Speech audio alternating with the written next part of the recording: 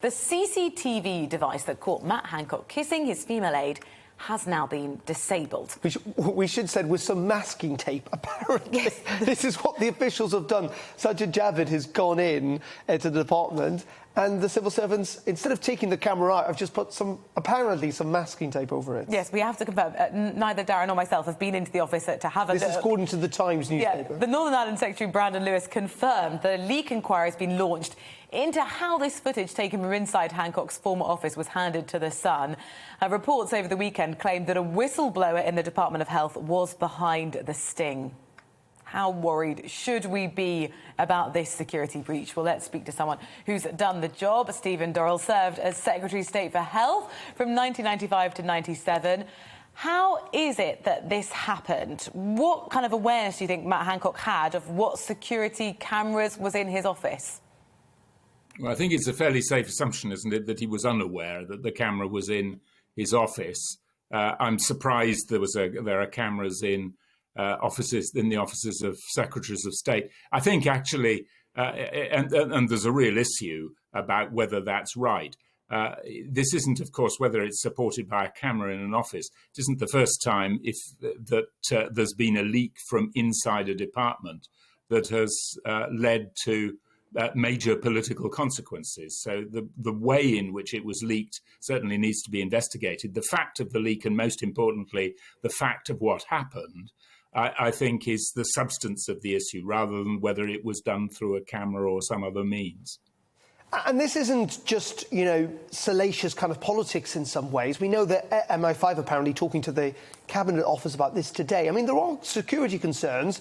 I mean, the Department of Health probably a little less sensitive than things like the Ministry of Defence or indeed the Foreign Office. I mean, this does need to be properly investigated, doesn't it? Yeah, no, I agree with that. And it's obviously important that ministers can have private conversations with officials. As you quite rightly say, there are much more sensitive departments from a national security point of view than the Department of Health. But wherever you are as a minister, I think it's a reasonable expectation that you can consider options in private before deciding what you're going to do. So do you think he was foolish? Well, I think he was foolish in his core actions, and I think he was revealed as being a hypocrite. And that's the substance. Is a minister foolish to rely on their officials? We would all like to be in a position, I think, where ministers can have private conversations with their officials in a secure place. I think that there is a genuine public interest in ensuring that that is the case. Stephen, let's move on to Sajid Javid's task ahead of him, because it's a pretty big one. That's what I thought we were going to talk about.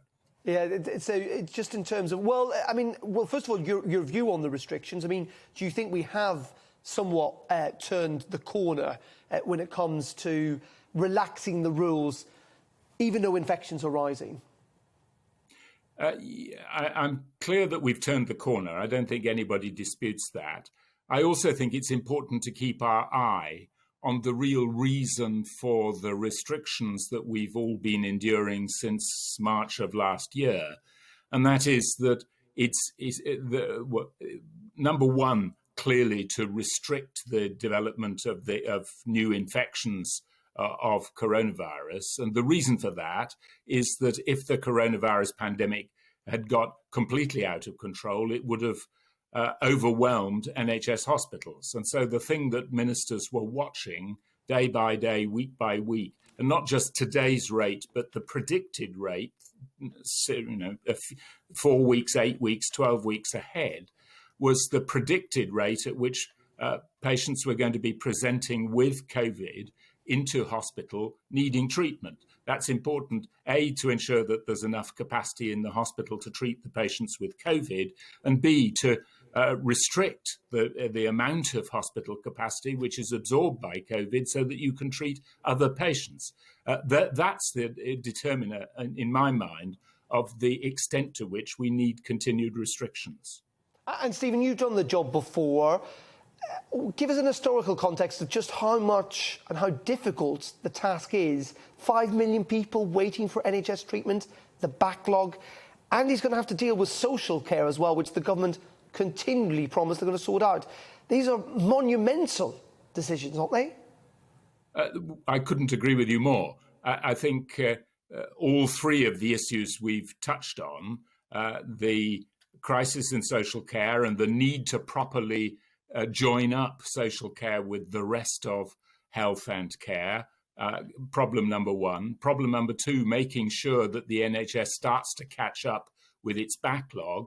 And of course, problem number three, the continuing requirement to manage the pandemic. Any one of those by themselves would be a huge issue for a Secretary of State.